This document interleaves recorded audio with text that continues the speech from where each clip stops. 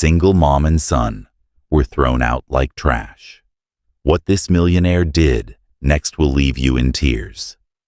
Imagine losing everything in a single day: your home, your dignity, and the only family you thought you had. Left to die on the side of a scorching highway, a mother clutched her unconscious son, ignored by everyone, until a stranger stopped. But this isn't just a story about rescue. It's about fighting back against betrayal, rewriting your life when the world calls you worthless, and discovering that love and family often come from the most unexpected places. Stay until the end. This story will touch your heart and may just change how you see your own life. Before we begin the story, leave a comment below. Tell us where you're watching from, and subscribe to our channel so you don't miss our latest stories. Enjoy the story. The sun blazed mercilessly over the endless stretch of asphalt, a molten ribbon cutting through the heart of the American West. The road shimmered like a cruel mirage, offering no mercy, no reprieve. The only sound that broke the oppressive silence was the ragged breathing of Sarah Whitaker, cradling her son on the blistering roadside. Her cotton dress clung to her sunburned skin, torn and stained from hours of stumbling under the punishing heat.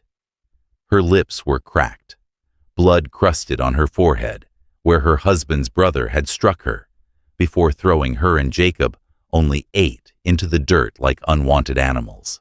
They had nothing left. The mansion, the inheritance, the lies. Everything had been stripped away, replaced by whispers and stares that burned deeper than the sun itself. Jacob's tiny frame lay motionless in her arms, his cheeks flushed a dangerous red, his breathing shallow, his swollen arm trembling against her chest. "Stay with me, Jacob," she whispered. Voice cracked and barely audible over the cruel symphony of cicadas. "Please, baby. Just hold on for me." But no cars stopped. No faces turned. She was invisible now.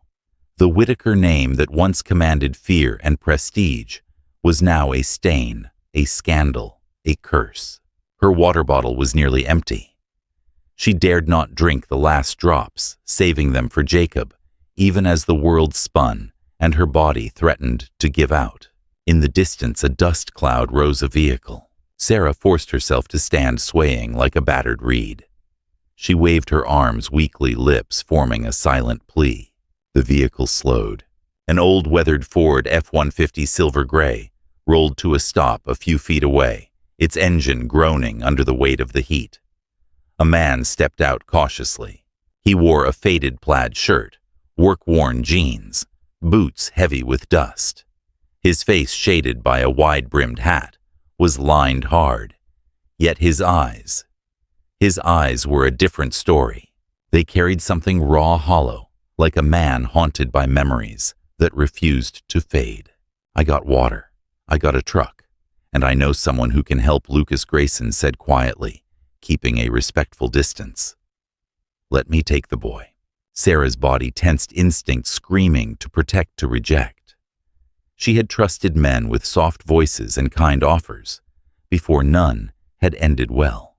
But this time she had no choice. Jacob was slipping away. Still clutching her son, she didn't speak. She simply nodded the tiniest surrender. Lucas, sensing the fragile trust, set a bottle of water gently on the ground between them, backing away. "No strings, no names. Let's just get him somewhere safe." The gesture caught Sarah off guard. No one from the Whitaker estate had ever offered anything without expecting something in return. Carefully, she took the bottle, dripping cool water onto Jacob's parched lips. His eyes flickered, a weak groan escaping him. That sound, barely a whimper, was enough to crack the dam inside her. Tears she had held back for weeks fell silently onto his fevered brow. Inside the truck, the air smelled of aged leather and antiseptic. Jacob lay stretched across the worn back seat, his breathing raspy but steadier under the damp cloth Lucas handed her. Sarah sat frozen, clutching his hand, staring at the cracked dashboard. She didn't ask where they were going. She didn't ask the man's name. Trust was still an ocean away. In the rearview mirror, Lucas stole glances at her, at the boy. Flashes of his own daughter surfaced, those same helpless eyes, those same desperate gasps for breath, the night the fire stole everything from him. "The clinic's closed this time of day," Lucas said quietly. "But I know a medic. A good one. He doesn't ask questions." Sarah offered no response. But there was a flicker in her gaze now, something Lucas hadn't seen in a long time. Hope, fragile, battered, but still alive. The truck rumbled down a dusty road, winding through hills, crowned with golden grass. Finally, the ranch appeared. A sprawling property fenced in white wood, the house itself, a relic of another era. Time had weathered it, but it still stood stubborn, proud, unyielding. As the sun dipped lower, Sarah drifted into uneasy sleep, Jacob still curled against her. When she awoke disoriented, she panicked. "Jacob, where is he?" she cried, bolting upright. "In the guest room." Safe. Lucas's voice came from the kitchen, steady, calm. She rushed through the house, heart pounding. There, in a simple wooden room, Jacob lay sleeping peacefully. His arm cleaned and bandaged, a glass of fresh water by the bed, a soft towel under his head, and a note: "Rest. You're safe here."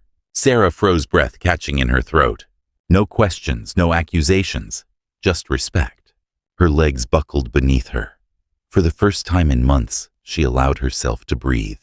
In the kitchen, Lucas stood alone, staring into his cup of coffee, unsure what had compelled him to act. Maybe he hadn't saved them. Maybe he had just done what someone once failed to do for him. The house, silent for so long, now carried the sounds of a mother, humming softly to her son. And somewhere deep inside, Lucas felt something stir, something he thought had died long ago. Hope. The days that followed unfolded in a quiet, tentative rhythm at Grayson Ranch. Sarah remained guarded like a stray animal, unsure if the open door was a trap.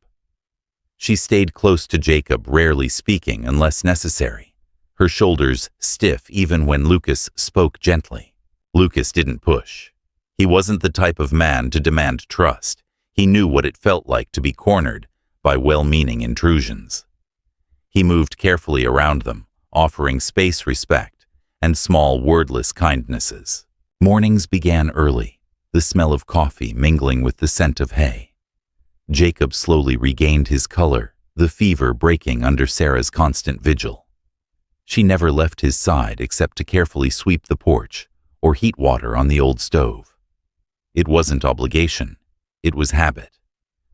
Survival had taught her that when you stayed in someone else's house, you kept busy. You didn't become a burden. Lucas noticed. He noticed everything.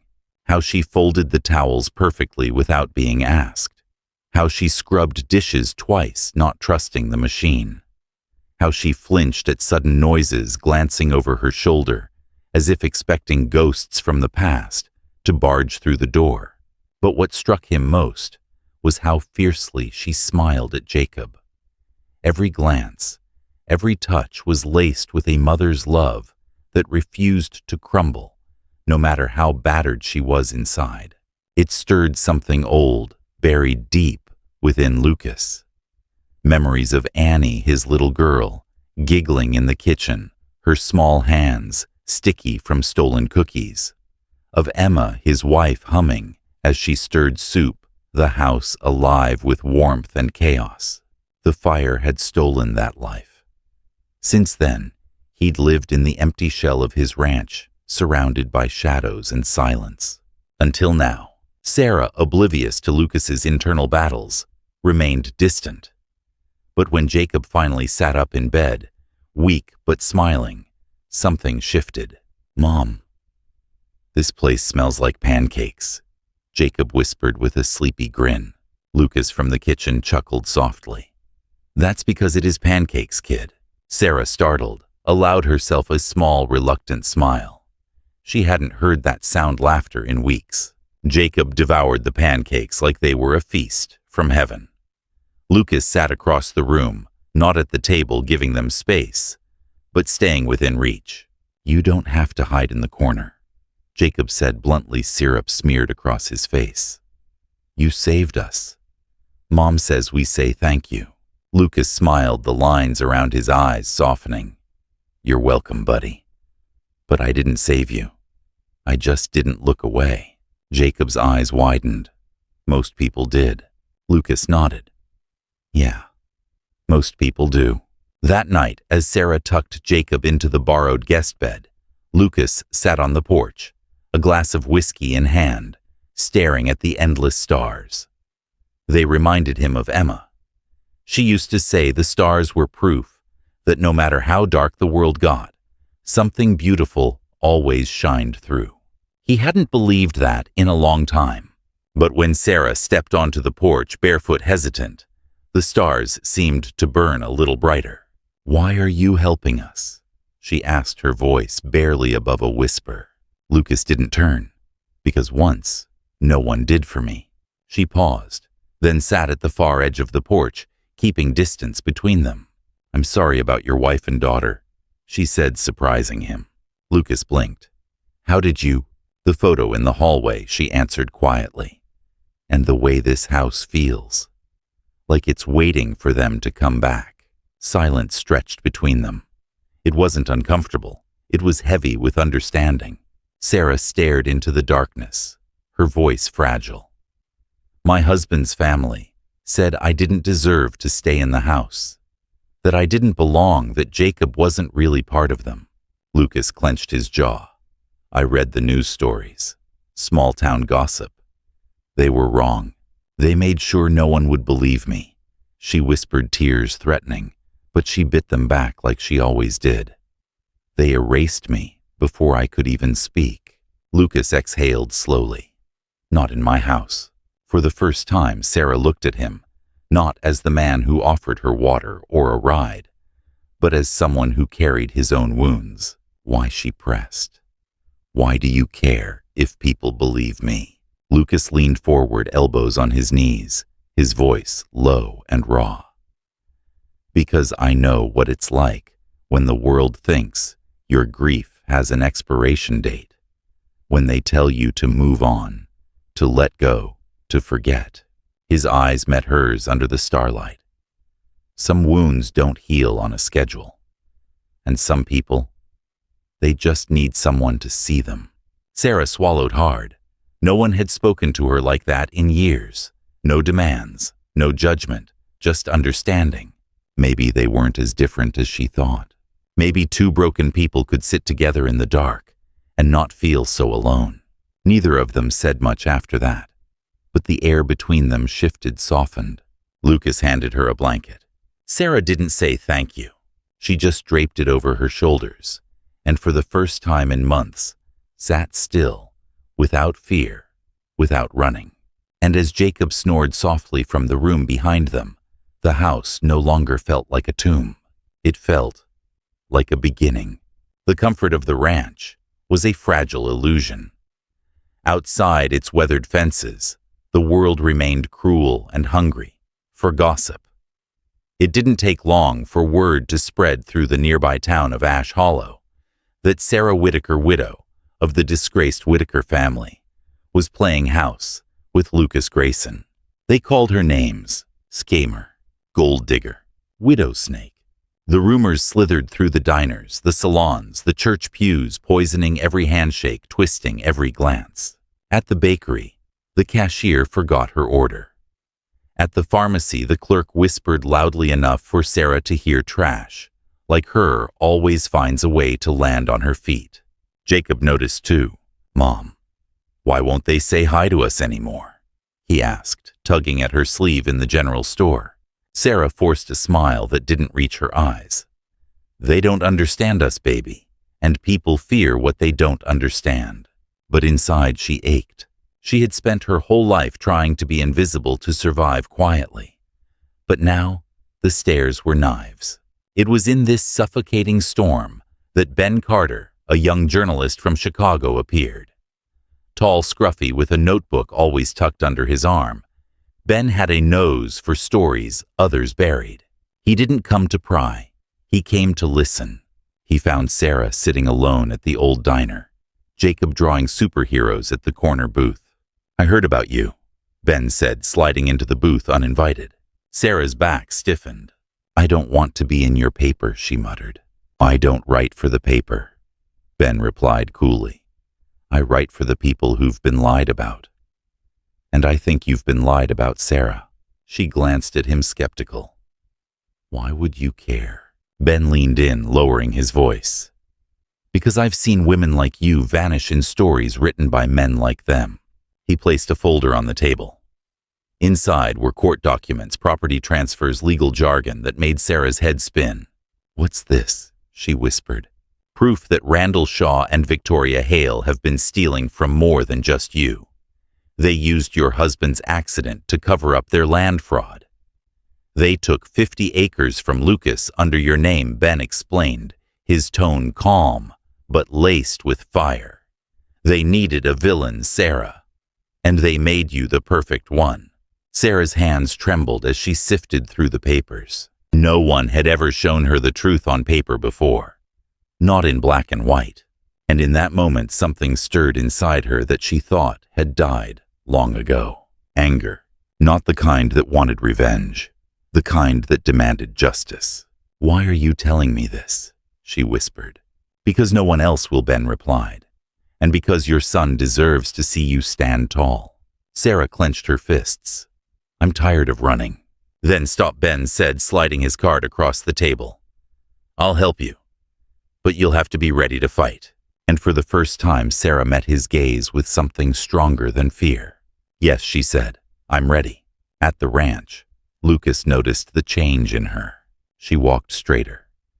She smiled less, but when she did, it carried steel beneath the softness. One night, as Jacob slept curled on the couch, Sarah sat at the kitchen table poring over documents Ben had helped her collect. Lucas brought her tea, sitting across from her in the glow of the old lamp.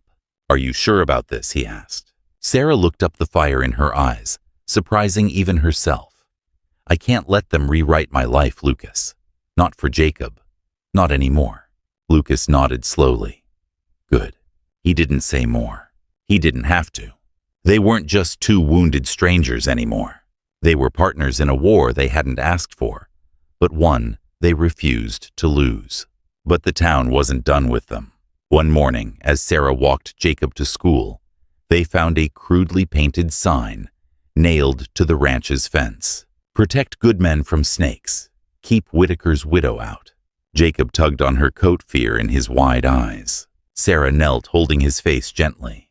"You know the truth, Jacob," she said softly. "And the truth is stronger than their lies." Jacob, brave in ways only a child could be, nodded. "Okay, Mom, let's show them." And they did. Sarah started showing up everywhere people wanted her gone. At the farmer's market, at church services, at the town council meetings. She stood tall, holding Jacob's hand, looking every whispered accusation square in the eye. They tried to ignore her. They couldn't. It all came to a head one Saturday at the town square. The market was bustling. Laughter, music, families. Sarah entered the general store with Jacob. The whispers began. And then Victoria Hale appeared, draped in red silk sunglasses, hiding her cold eyes. "Careful," Victoria sneered loudly. "These kinds of women ruin good men." Sarah didn't flinch. She turned to face her. "I'm not ruining anyone," Sarah replied evenly. "But I see you're still afraid people might forget you, Victoria. So you have to keep reminding them." Gasps echoed. Even the butcher froze mid-chop. Victoria's painted smile faded. Sarah stepped closer, her voice soft but lethal. "You need crowds to feel powerful. I only need to look in my son's eyes." Victoria recoiled.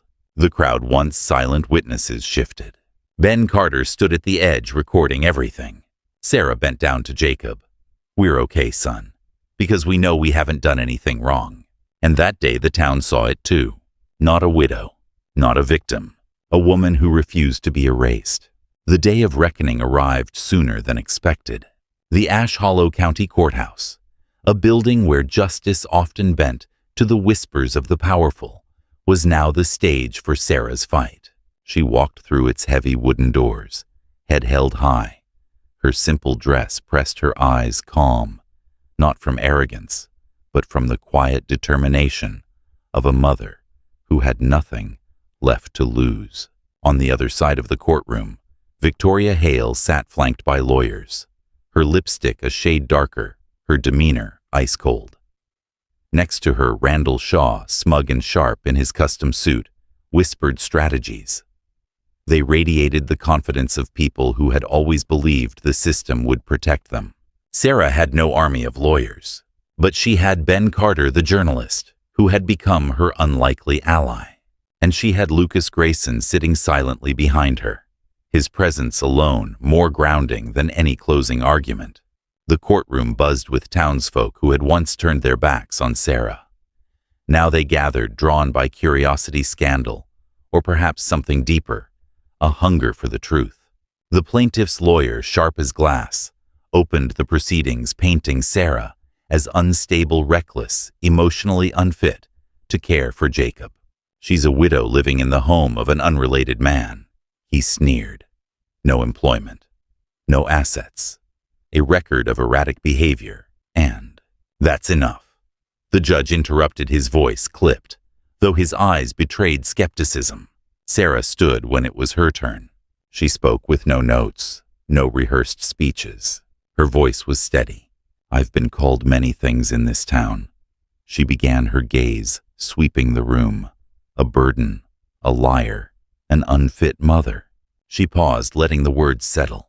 But no one, not one person, has seen what I see when I look at my son every day.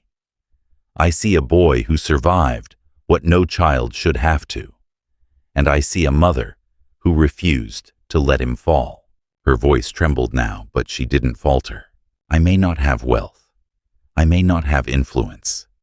But I have stood by him. Through fevers, through nightmares, through days when the world tried to erase us. Ben stood next, methodically presenting the evidence they had fought to collect. Land contracts forged, fraudulent documents, dashcam footage from the night, Randall and Charles Whitaker's accident footage that had been lost until Ben retrieved it from a backup server. The room sat in stunned silence as the footage played. Randall and Charles arguing with an unseen woman on speakerphone. Neither voice belonged to Sarah. It was Victoria. The crash, the cover-up, the manipulation. Ben laid it bare. Ladies and gentlemen, he concluded, this is not the story of a manipulative widow. This is the story of a woman who was almost destroyed by powerful people hiding their own crimes. The courtroom shifted like a sea hit by a sudden storm. Whispers turned to gasps. The judge's gavel hammered the chaos into silence. Then Lucas Grayson took the stand. He needed no introduction. He was Lucas Grayson, respected rancher, reclusive millionaire. He stood tall, his voice calm but unwavering. I have lived in the shadows for years. Lucas began, his tone softer than anyone had ever heard in that courtroom. But this woman and her son didn't break into my life. They reminded me what living meant. He paused, his gaze lingering on Jacob, who sat holding Sarah's hand tightly. Jacob calls me Dad. I didn't ask for that title, but I will fight to live up to it every day. He looked at the judge, then the jury, then the town. This boy deserves a mother and a home where truth matters more than wealth. His voice grew firmer. Sarah Whitaker is the finest person I've known. Not because she's flawless, but because she's brave enough to stand up, even when the world tried to crush her. The court sat silent. Even Victoria's mask began to crack. Randall Shaw was sweating now, his arrogance slipping as federal investigators led by Ben's work handed over files revealing financial fraud, land theft, and conspiracy. The judge recessed for barely an hour. When he returned, his verdict echoed like a shot through the hallowed halls. Full custody remains with Sarah Whitaker. Lucas Grayson, upon request, is granted legal stepfather status. The plaintiff's petition is denied in full. Furthermore, the court recognizes pending federal charges against Randall Shaw and Victoria Hale. A stunned hush settled over the room. Sarah's knees buckled. Lucas caught her before she fell. Not out of habit, out of something deeper. Respect. Love. Jacob leapt into their arms, burying his face into their embrace, sobbing not from fear, but from relief. It was over. They had won, not because they were the loudest, but because they never stopped telling the truth. That night at the ranch, there was no grand celebration, just a quiet dinner. Jacob set the table. Sarah cooked stew. Lucas sat beside them, no longer an outsider in his own house. And for the first time in years, they laughed. They were no longer broken pieces. They were a family, not the one written in fairy tales. A real one, forged in storms, stronger than lies. Weeks turned into months at Grayson Ranch, but this time, the days didn't feel like borrowed time. The courtroom victory had silenced the town, but Sarah knew silence wasn't the same as acceptance. Yet she no longer feared the glances, the whispers. She walked into town with her head high, not because they finally saw her, but because she finally saw herself. She was no longer the widow clinging to survival. She was a mother, a partner, a woman who had faced the world's darkness and refused to be swallowed by it.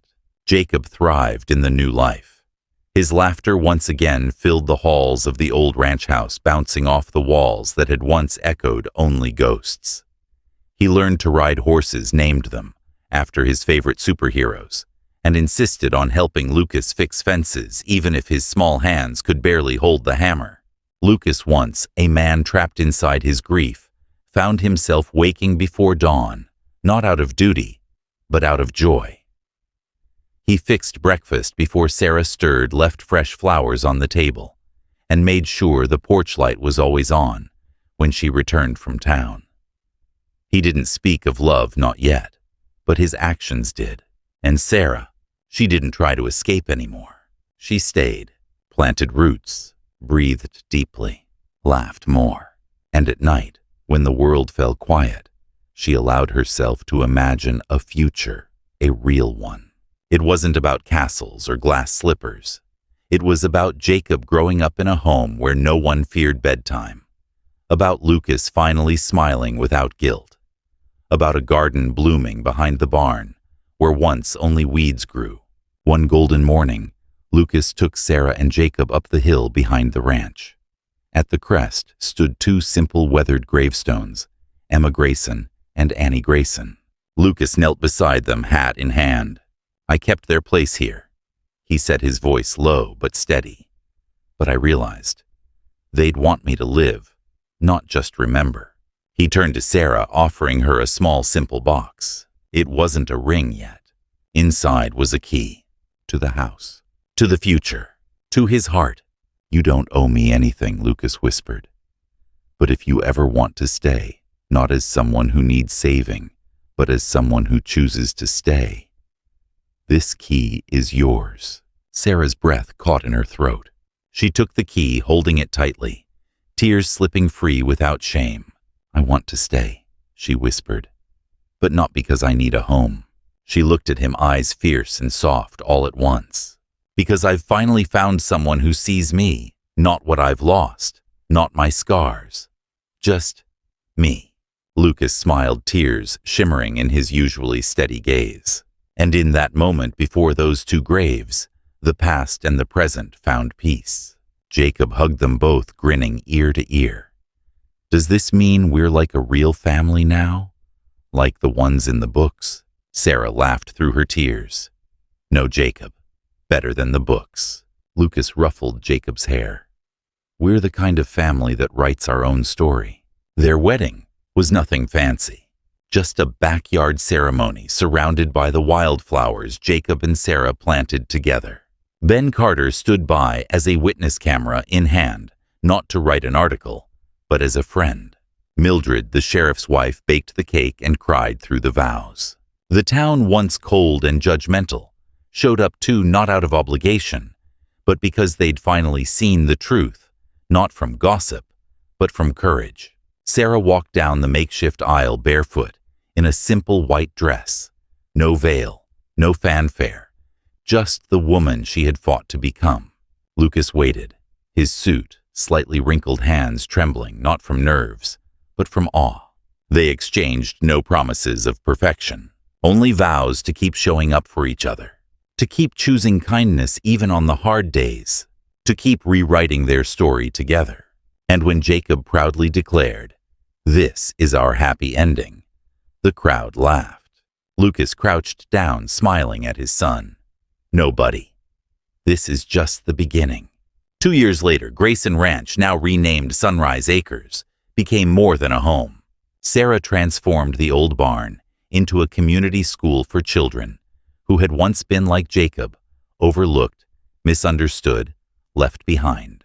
She taught them letters, but more importantly, she taught them resilience, that their stories mattered, that even the bruised and broken deserved to dream.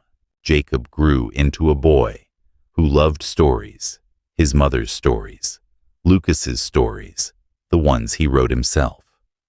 And one crisp fall evening, he presented Sarah with his first short story, handwritten in crooked letters. The Boy Who Found a Family on the Edge of the World. Lucas framed it, placing it on the mantel, not as decoration, but as a reminder that no matter how dark the world had once been, they had built something no one could take away. A life, a family, a future. Sarah often sat on the porch now, not in fear, but in peace. She watched the sun set over the fields, her hand entwined with Lucas's Jacob's laughter, echoing from the barn. They didn't erase the past. They carried it.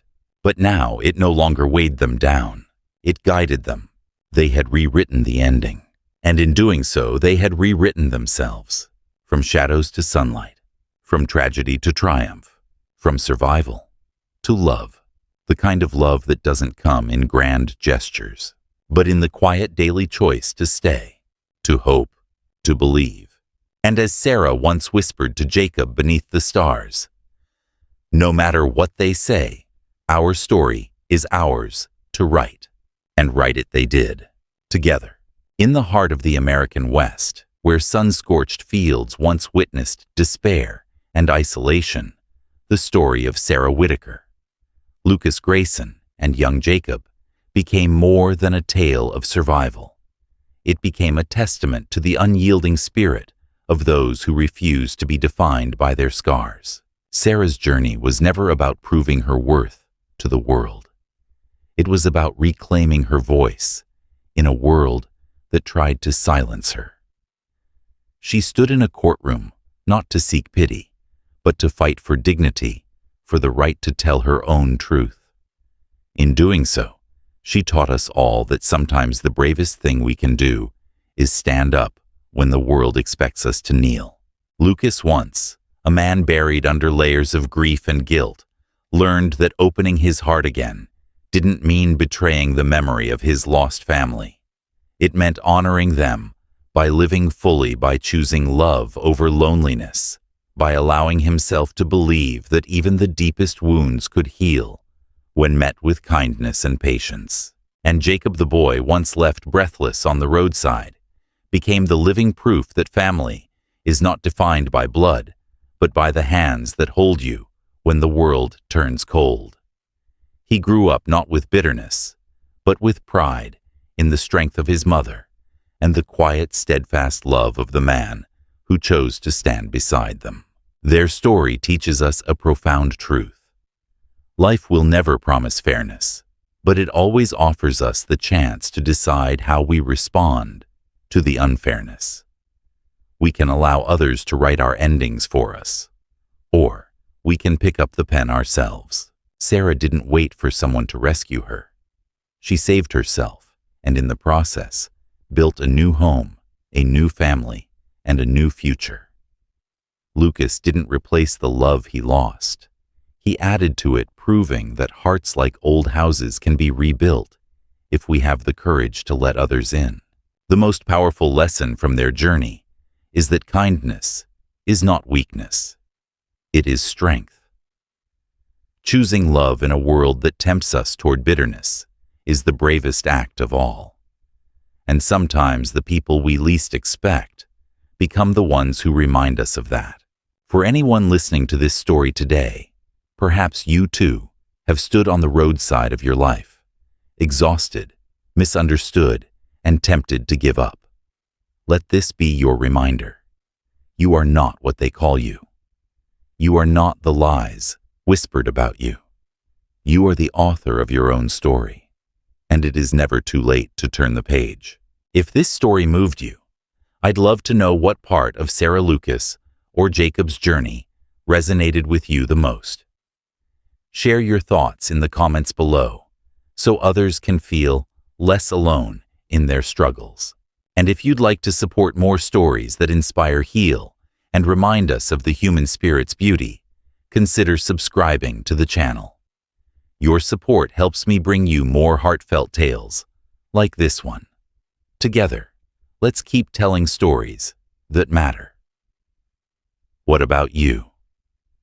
Have you ever felt like Sarah standing alone when the world turned its back? Or maybe like Lucas too, afraid to open your heart again? I'd love to hear your thoughts. What part of their journey touched you the most? Share your feelings in the comments. I truly read every one of them, because these stories aren't just theirs. They're all of ours. And if this story moved you even just a little, please consider liking this video, subscribing to the channel, and sharing it with someone who might need this message today.